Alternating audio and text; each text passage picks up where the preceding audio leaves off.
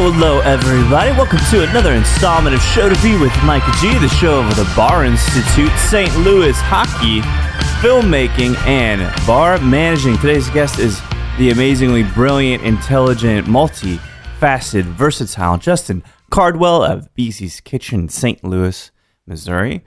I always like talking about the Midwest, lots of good food out of the Midwest, lots of good bands out of the Midwest, and Justin has had an interesting career both in hospitality and outside doing computer science.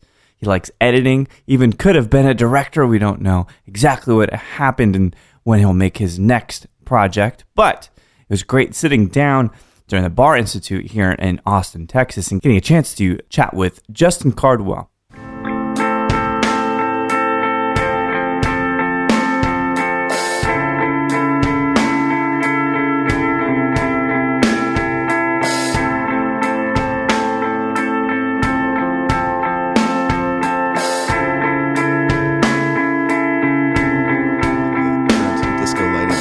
Is it cool? Yeah, I feel a little like, oh, am I still not fully sober from last night? Either it's haunted or it's disco or it's haunted disco, which I hear happens. It could be a party. Like a little bit of all of it, right? Yeah. So how did your class go? It was with Mike and Jess yesterday, right? Yeah. The Mike building a bar class? Yeah, so essentially, concept versus program. How was that? Fantastic. Good. The crowd pretty responsive for 10 a.m.? Yeah, especially for 10 a.m. I was a little worried that we would...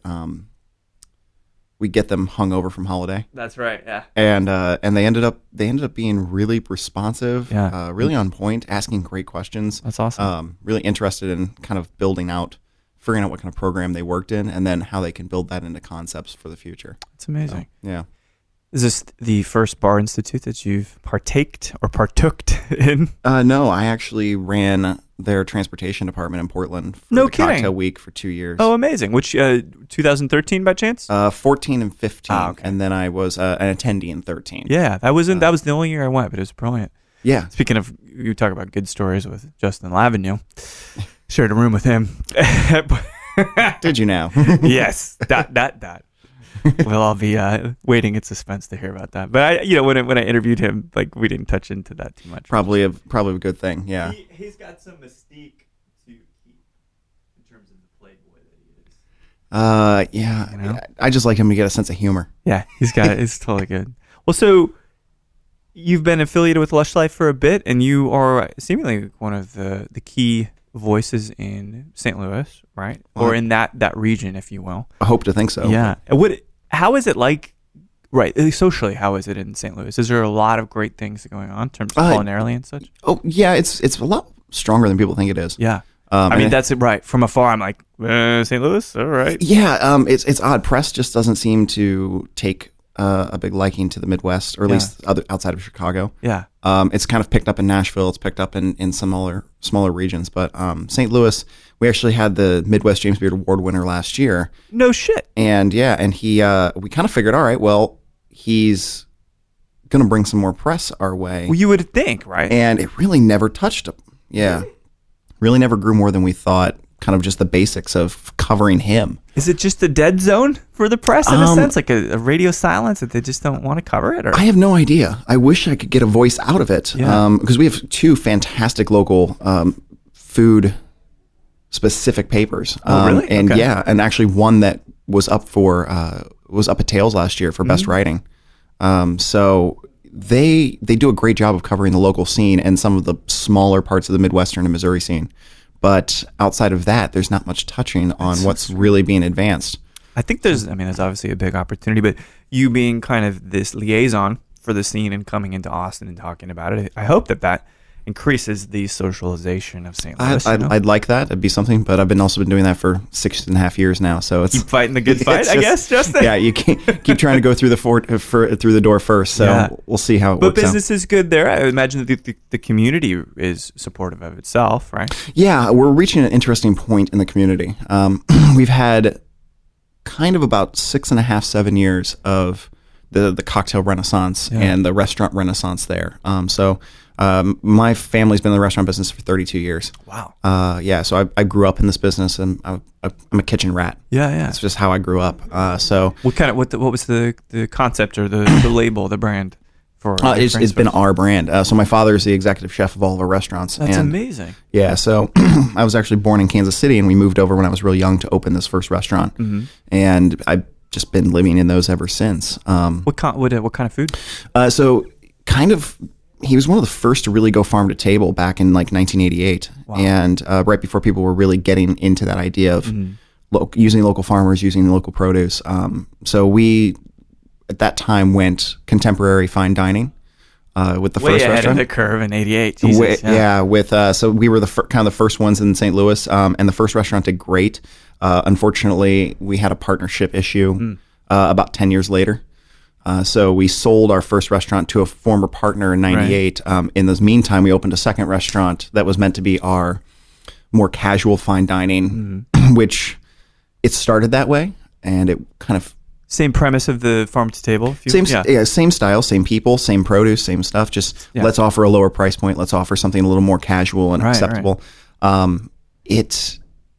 Over that time, we opened that in 1994, so we're celebrating our 22nd anniversary this year in September. That's amazing. And it's gone completely the other way. It's gone completely fine dining and fine dining only. So really? Was that what the customers kind of, is that what they influenced it? Or was it the chefs? It gravitated that way. A market necessitated that. Yeah. Unfortunately, when you have restaurants this size, you just can't own your building. Right. So rents increased, product increased, prices increased. Thereby, it just, as we started moving that way, it just gravitated towards fine dining and higher price point, unfortunately. You're right, out of necessity. Yeah. Financial necessity, which is kind of a shame, but yet I suppose if you're able to adapt and innovate when pressed against the wall financially, then that's when some of the best work comes through. I mean, 22 years, it's been a level of weird amount of consistency. I still walk into these places weekly and look into things and go, how are we still pulling off being as consistent as we are? And truth be told, it's my father, it's the family, it's the group that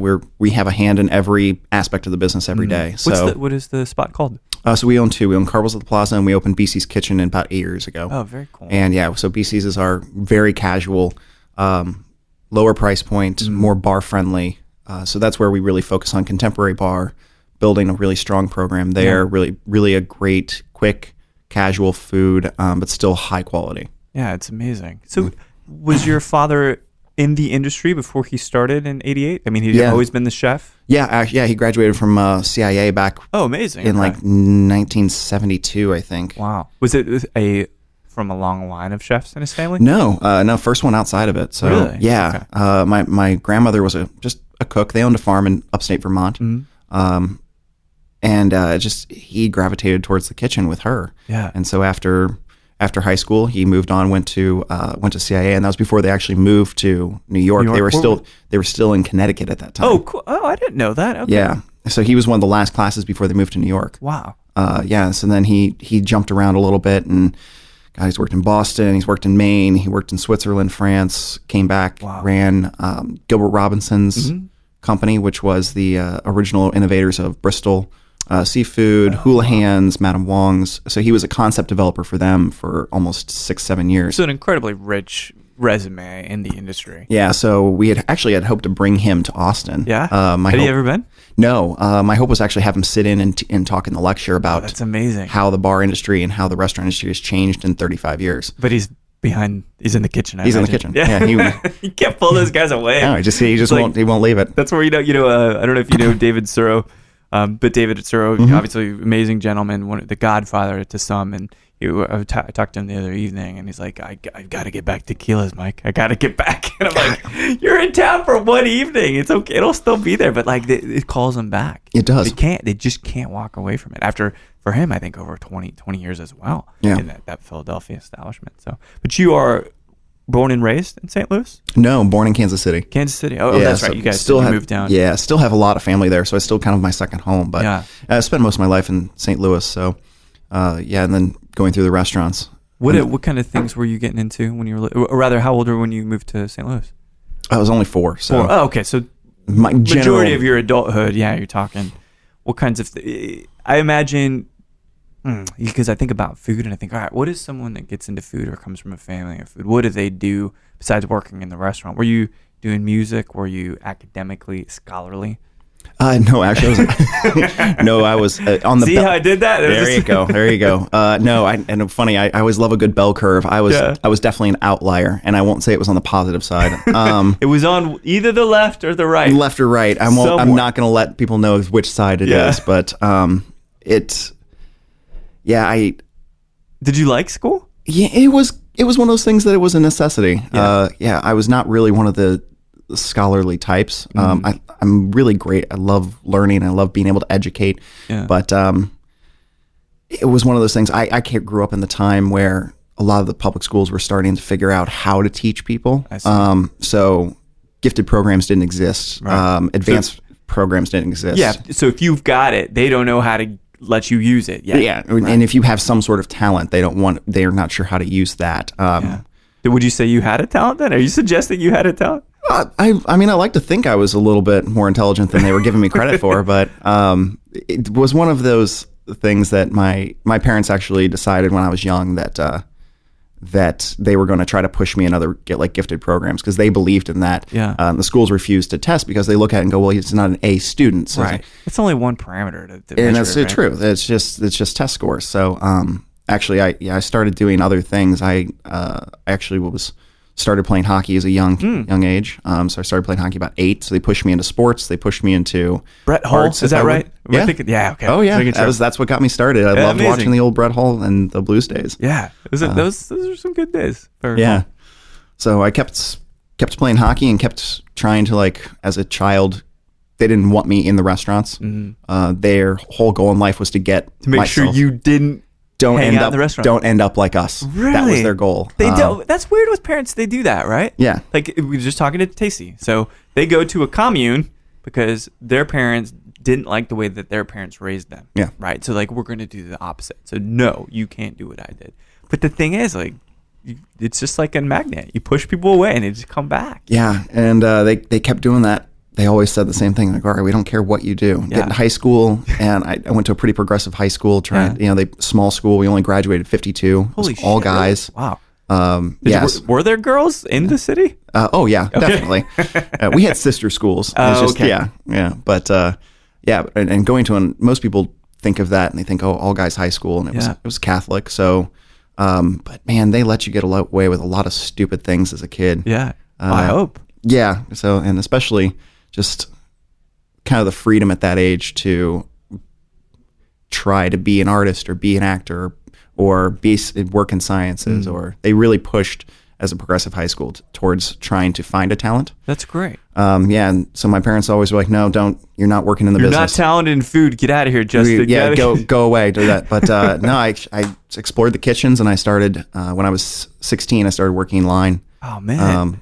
So was that the thing that you really flocked to then, or because you're doing hockey, which is good, obviously, keeping you built and all of that. But when you talk about English, you talk about science. Were any of those things kind of pulling you in a direction either? Kind of. I mean, I'd hoped when I was a kid, I was like, all right, I'm going to be a professional hockey player. This is how it's going to go. Yeah.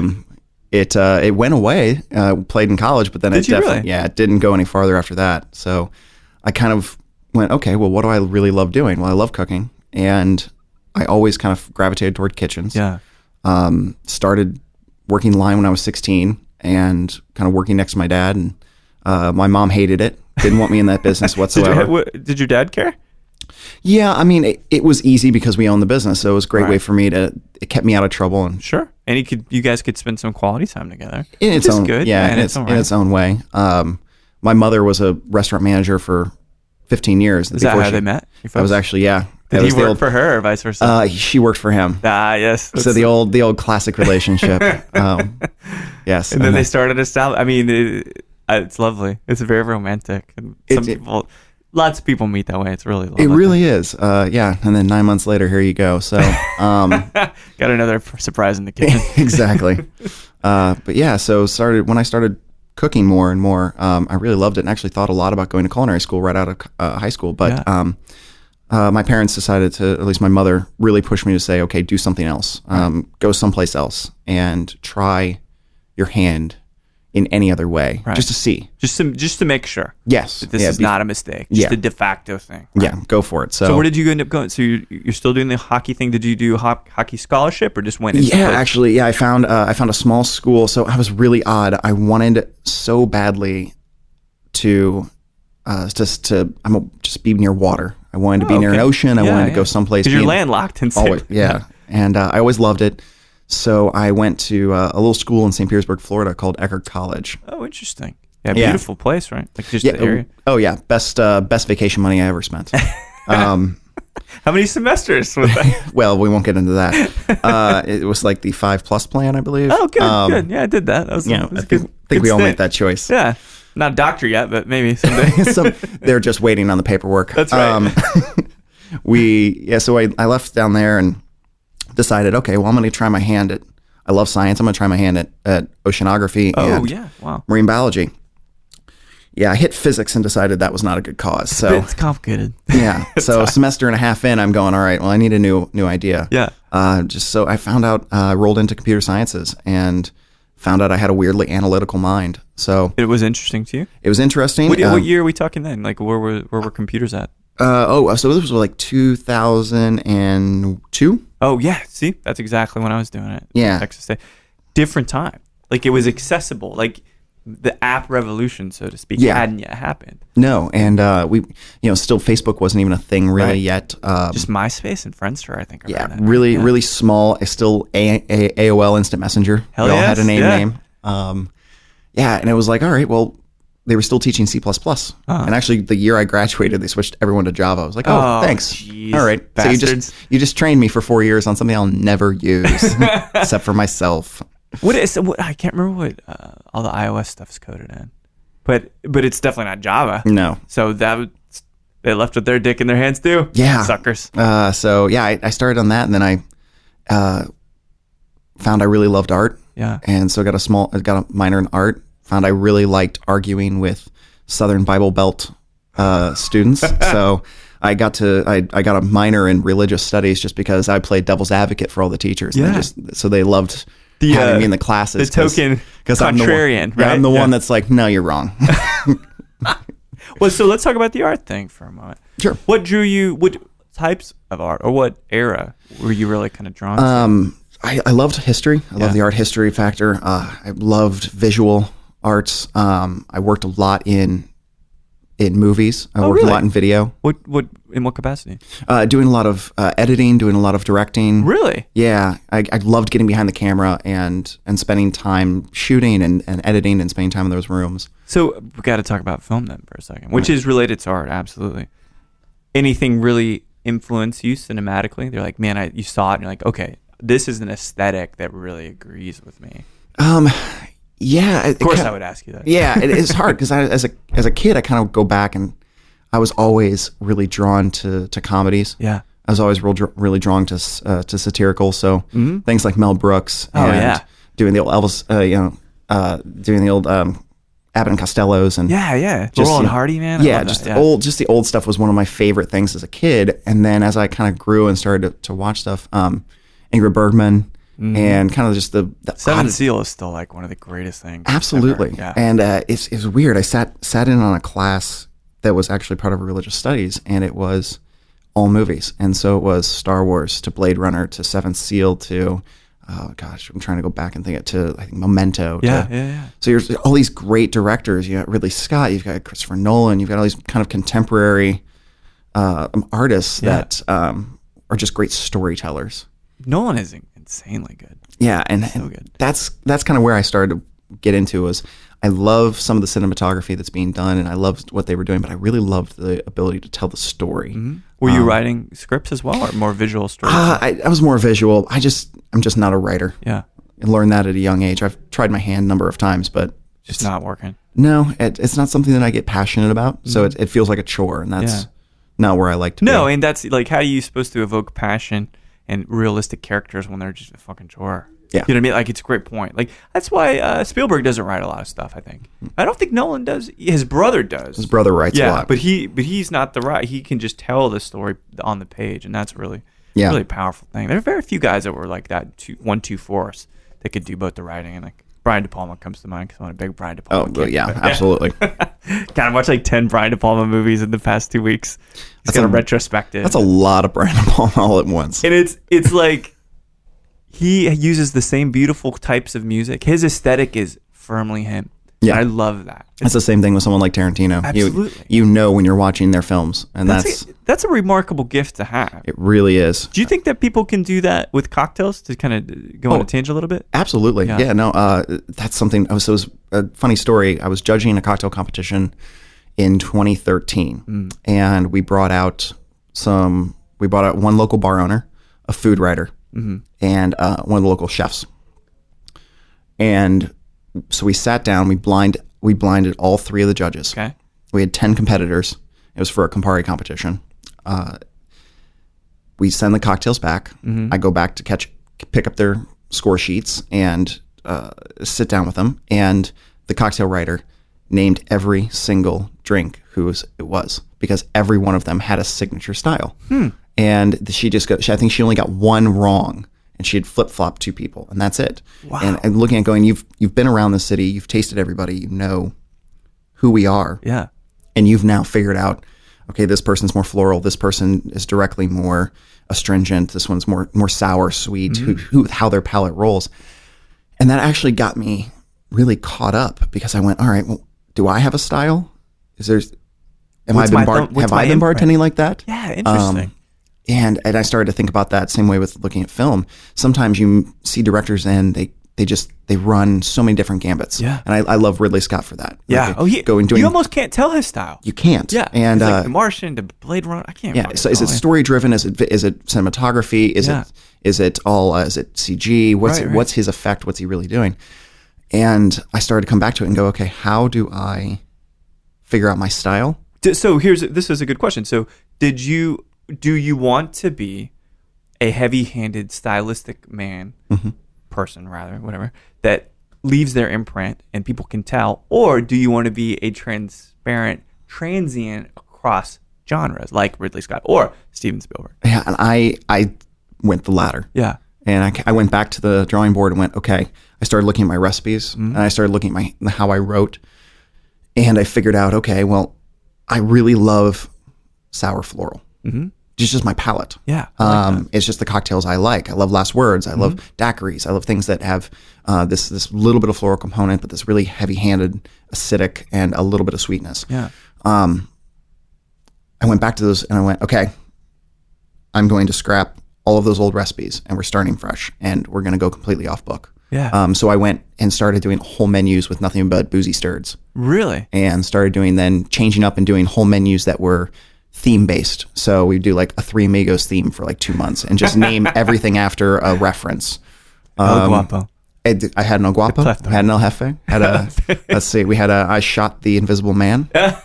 I had a Kiss Me on the Veranda. Oh, that's good. Did you have I wasted the water in the desert? I wish. We had a lot of fun little clips, amazing, and it was good for the bar team to be around that, but none of them were the same. Yeah. They were all something a little different, and reinventing yourself every time almost. And I had to try to do that, and I probably haven't succeeded in any manner. I'm still probably floral and acidic, but at least you're trying. Yeah, I wanted to figure out that style, and I wanted it to be something where I could go into someone else's bar and see and get a feel for what they're accomplishing and how they're doing it. And then kind of read their style and see if I can mimic it. And just for the factor of, okay, let me see how they're all trying to do this. And then can I grow and can I educate myself in the process? Because in St. Louis, we really didn't have anyone leading the forefront. Right. A lot of decentralized minds doing good work. Right. Yeah. A lot of people just calling and going, okay, how'd you do that? Okay, you make Orzat. How'd you do that? You made a clarified milk punch. Okay, what'd you do? Yeah. Teach me. And we started all kind of as a community teaching each other. And I think we've come up with some really beautiful stuff. Yeah. But, and kind of odd segue into it, but like, as you were asking before, what's the scene like in St. Louis? It's interesting. I think around the country, we're seeing a lot of these things. We're seeing people who are second, third, fourth, fifth generations of bar staffs. Yeah. Trying to take over programs, trying to put their own individual stamp on things. But we're only roughly a decade in. That's not a lot of time to apprentice. It's not a lot of time to work in a concept right. and get things understanding. And there's not enough time to master anything yet. It really isn't. Every one of us, after this will be my 11th year behind the bar, and I'm still each day trying to figure out something new, trying to play with something different, and every day kind of breaking something down and going, okay, I did that wrong. Or looking back through recipes I wrote 7-8 years ago and went, oh God, I was terrible person then. Though. Oh, just a completely different character, and just the growth. So I love that. I love that journey creatively, right? Where you start out at this particular spot, and then of course as your career changes. So I'm going to talk about DePalma again, just for example, right? Like, so Scarface is a turning moment for him because it everybody hates it, fucking hate that movie, right? At the time. But then video comes about, and then it has its own vision, its own kind of momentum. But like everything before that, clearly DePalma, but he changes, and he probably would look back at Obsession, or he'd look back at Sisters and be like, not really my thing. I'm more Carlito's Way now. Yeah. Right? But that's the beauty of it, is that it's all great for the snapshot that it is in the time. And that's the beautiful thing. And I think cocktails do a lot of the same. They're snapshots in history, snapshots of who we were, who we are, and how we're changing. Sometimes it's embarrassing, but sometimes it's so revealing to who we were. I had some epic failures. Yeah. In the best way. Exactly. Yeah. It's like, oh, I recorded that album? Oh, fuck. Like, what was I... Who was I heartbroken about then? I was only, these kinds of things. It's an amazing way that our lives punctuated. And honestly, to have a physical and this tangible result that does measure your life in little snapshots, that's kind of cool. Yeah. Not in a lot of industries, you don't get that kind of thing. You think about apps maybe, right? Like where you code something, but like you don't have anything tangible to show where you were in your life. True, but you're also selling at 99 cents an app, so it's probably at least worth a little something. Yeah. All right. Yeah, that's fair. I'd sell 1,000 cocktails at 99 cents really easily if I could just batch them out like that and send them out one click. But that's a good point. But someone's got to go in. They got to enjoy it. It's a different model. Which I guess then tying it back, you do this thing. Did you take filmmaking or cinematography, whichever area? Did you take that any further once you got into college more? No, once I got out of college, I kind of tried my hand at a couple of things. Tried to get back into, did some freelance work in computer sciences, did some freelance video work, but I found it really difficult to break into. Were you still in Florida at this point? I was, yeah. And I stayed there another year and a half. I decided that I was just kind of beaten in, and I was kind of didn't really want to be a starving artist all my life. Yeah.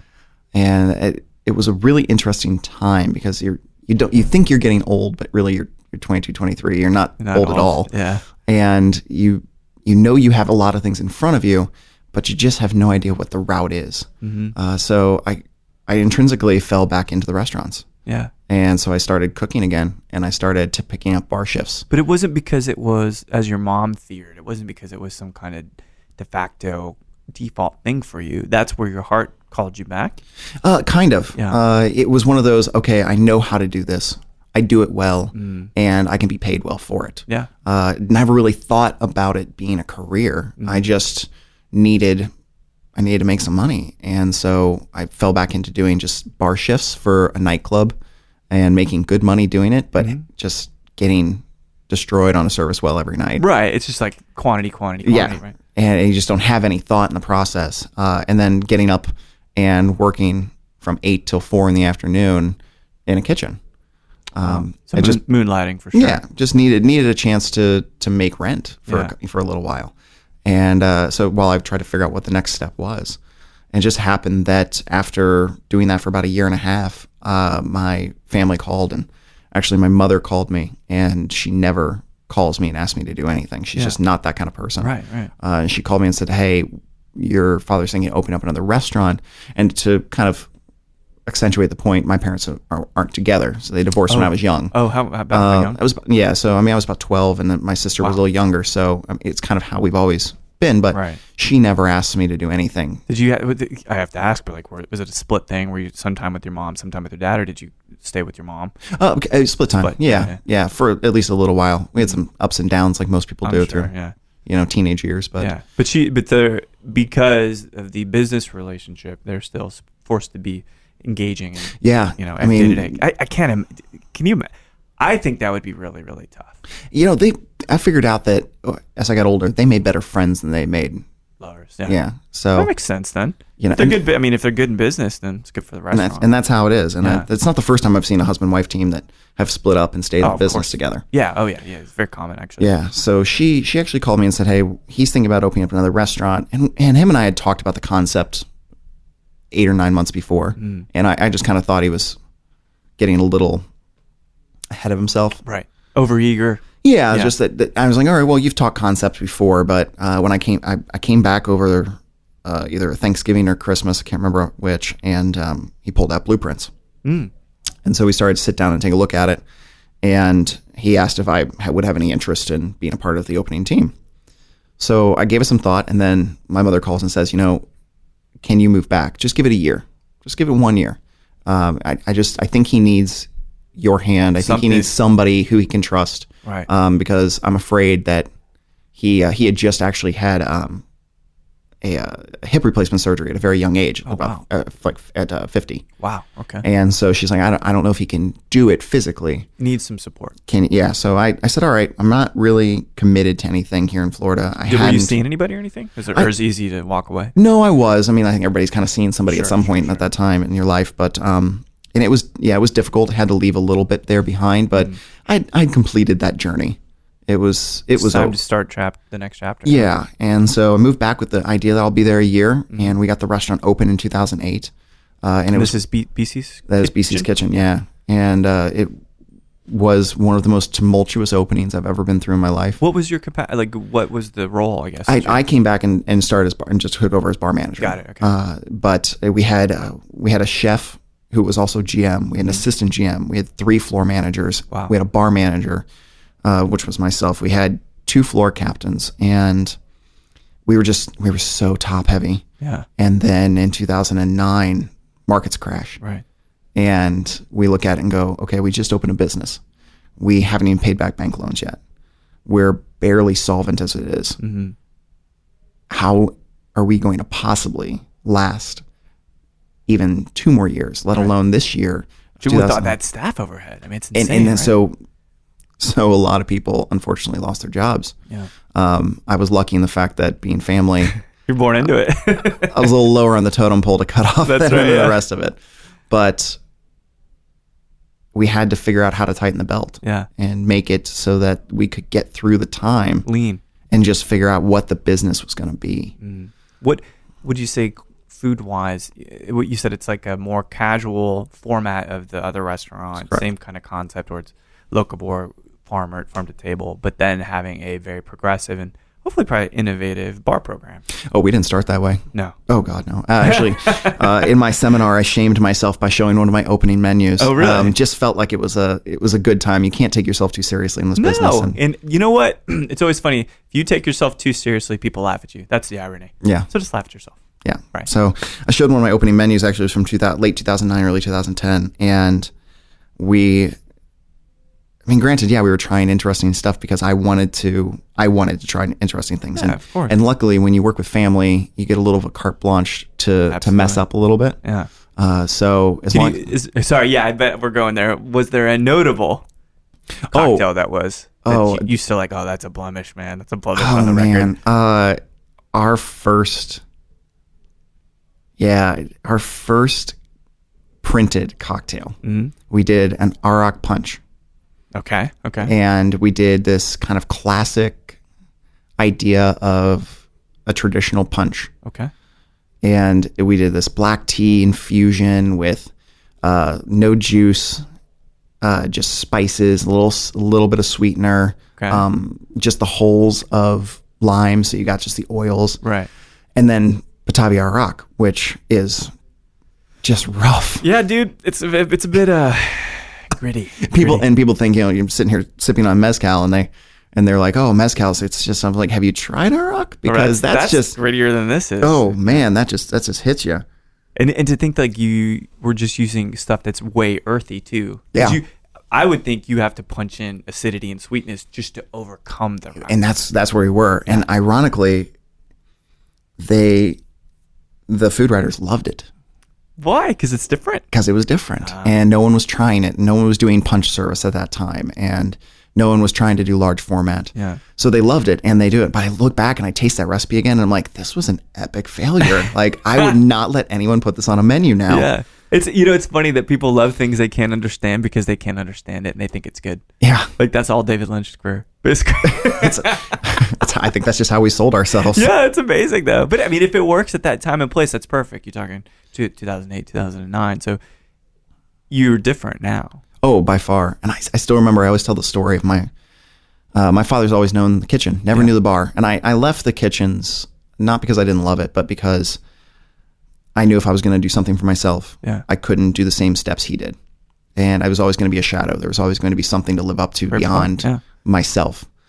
So when I moved over to the bar, it was my way of taking the kitchen and culinary creativity I'd learned and really the art I loved and turning it into something that was my own. Yeah, like repurposing your core, like your talents, but a different way. Exactly. Yeah. And just found out I had a gift for it. I had a knack to put something in a glass, give it a funny name, and it would sell. People are gonna swipe you up, man. You're gonna get these big importers saying, "Hey, can you develop a brand for us?" I can unless that already happened. I can only hope, right? Get money in that here. What's the old say? Don't wish for the things you don't want. But yeah, I still remember there was this time that he looked at the menu, or just getting ready to release a spring menu, and he looked it down and he saw, I think it was a basil gimlet, nothing too extravagant. And he looked at it and he goes, "Hey," and my father's got this really interesting sense about him. He's just like honey, honey, honey, honey, and he likes to. All of my staff mimic him in some way. He just has these mannerisms that just flow. And so he grabs my hand and he looks and he goes, here, honey, let me show you something. Let me show you.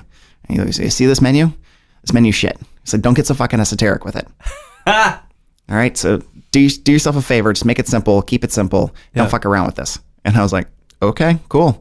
And so I released the menu anyway. Yeah. So I put it out. And I've always believed in I want to ask for forgiveness, not for permission.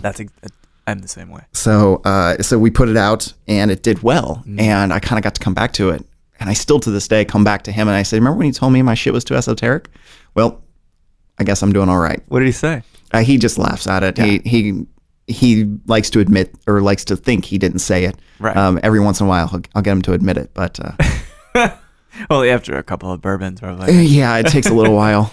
Speaking of which, were spirits any part of not your childhood necessarily, but young adulthood things? Did your dad like to drink certain things? Or? Yeah. So funny story with that as we're sipping on mezcal.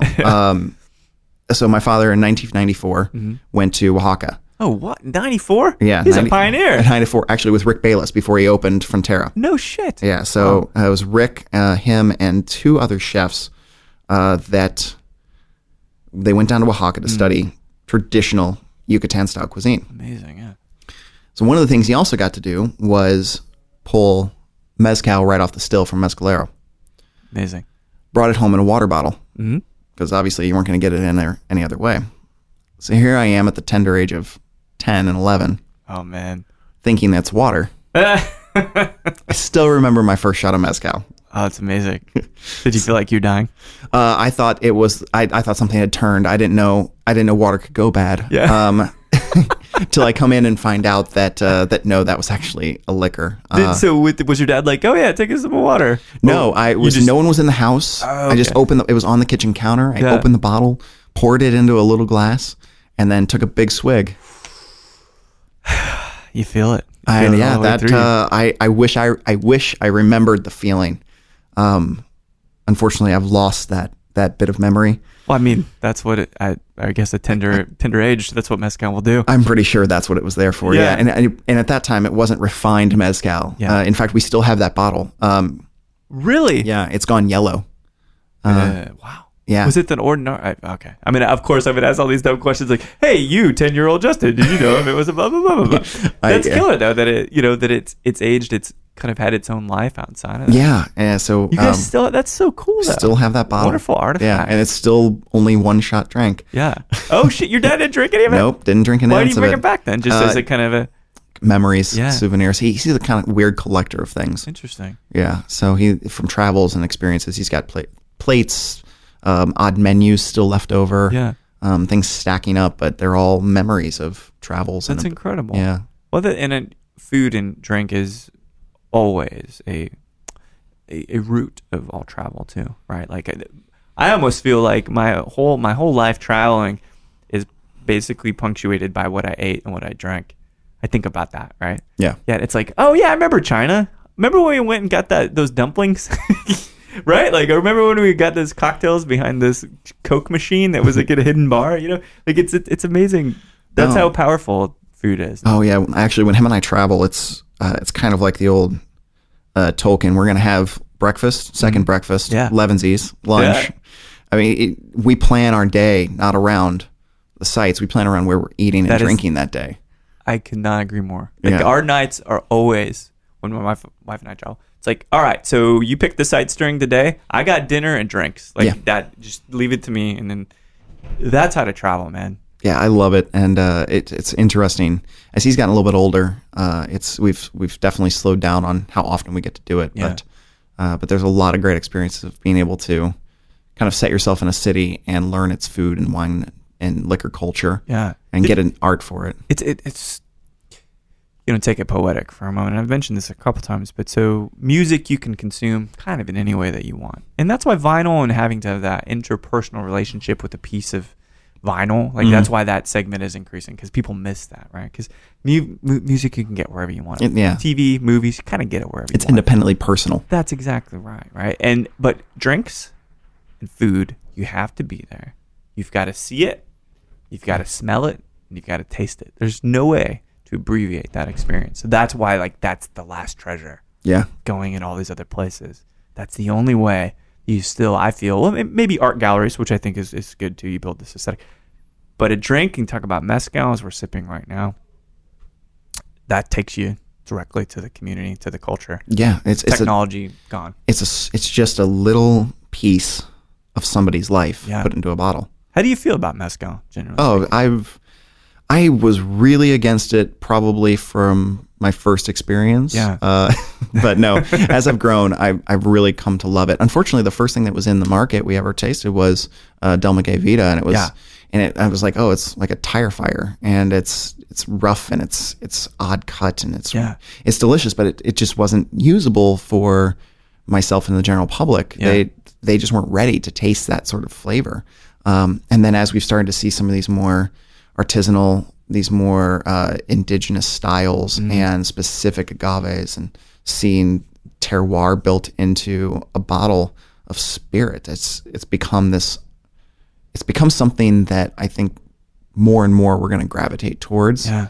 To as it is, taste a piece of land, taste a piece of someone's life, and just their own individuality put into a bottle. It is the perfect expression of somebody's palate, their life, the way that they view things. Yeah. And how do you feel about this Vago Tepestate? Really nice. It's great, isn't it? I get some, you could intellectualize notes, but I get some chocolates. There's obviously some great sweetness at 52.2. I mean, that's you've got a little heat to it, but but in the right ways, I think. Yeah. And here's something, and I'm not sure how familiar you are with Vago, but Vago I'm a huge fan of. And I've got to visit Aquilino, this particular Palenque. TRA is the other gentleman. There's actually a third coming into the lineup of Vago. But think about the two guys, okay? When you talk about mezcaleros and how their personalities come through, okay? So Aquilino, very, very soft-smoking, stoic, but yet strong and reliable, okay? Uses copper.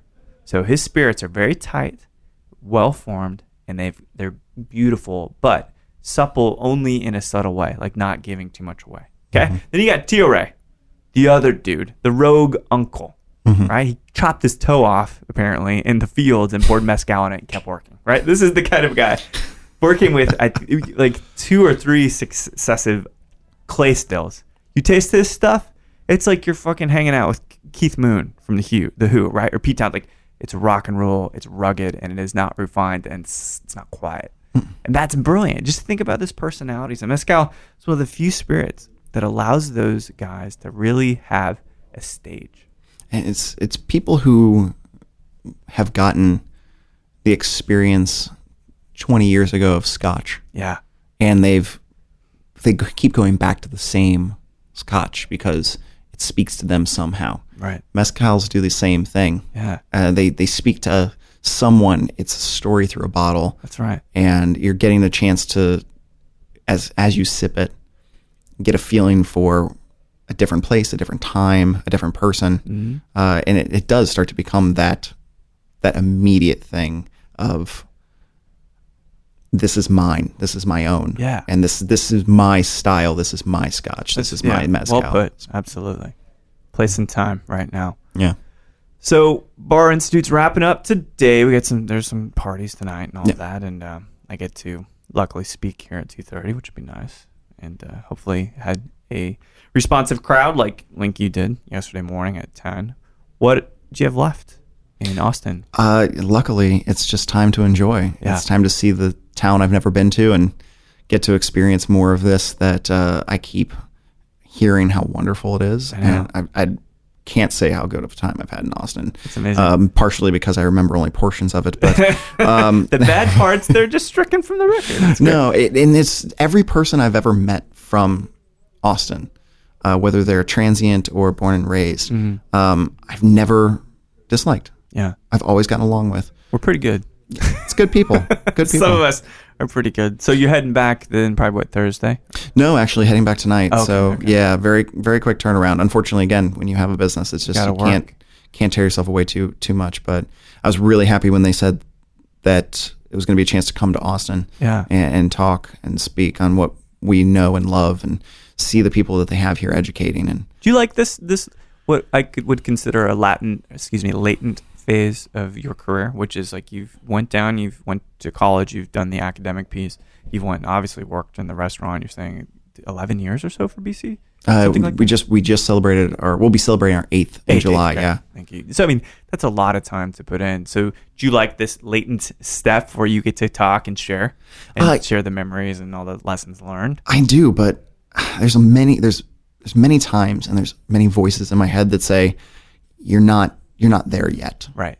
You know, what does it take? You know, like how old do you have to be? How much experience do you have to have? And then then I kind of had to come back to it and say, all right, well, you've been at it, but I started very young. Yeah. I jumped behind the bar and started in a management role when I was only 23. Yeah. I mean, that's a good amount of experience. It is, but it also comes back to the factor of going, well, have I done enough? And you meet a lot of bartenders, you meet a lot of bar managers, you meet a lot of consultants that, they maybe have worked on 3, 4, 5, 6 projects, or, talking to Alex Day and what they've done between Death and Co. and all the other projects. And you see all these, and you talk to Jack McGarry from Dead Rabbit and you see all these guys and you go, wow, you've just been killing it. And I want to learn from you.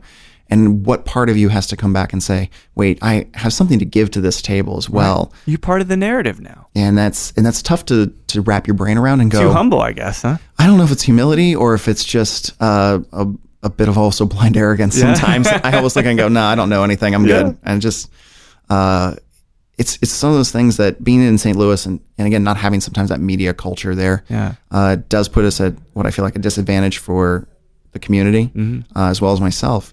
You want to feel like you're a part of the country and you have something to the narrative. Yeah. But when you find that the country doesn't always join you in the narrative, it becomes difficult to ascertain. Yeah. So it's taken a few years to kind of come around. I've done a lot of Lush Life's productions and being a part of Bar Institutes and doing Portland and doing Run Amok and Cane Camp and all these different things that they've offered. And I honestly don't know where my life would be without them, because they've given myself and many others like me a platform to talk about something we're passionate about, and just bring our individual knowledge to the table and help cultivate the next generation. Yeah, it's brilliant.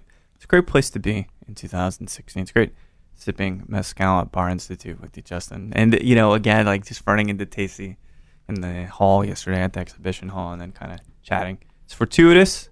And it's fateful, and I'm glad you're able to sit down and chat with me. It's been a pleasure. Likewise, dude. Thank you. Well, there we have it, everybody. Another great chat, this time with Justin Cardwell of BC's Kitchen, St. Louis, Missouri, presenting with Mike and Jess Santers about building a bar at the Bar Institute, the first installment of the Bar Institute here in Austin, Texas. Lush Life, of course, does a wonderful job of bringing us all together, but they were so very accommodating this year and allowing me to conduct, in quotes, some interviews there at the Driscoll Hotel downtown. It's great getting to talk about Brian DePalma, Laurel and Hardy, Iraq, all of these different things about life, culture, and booze with Justin.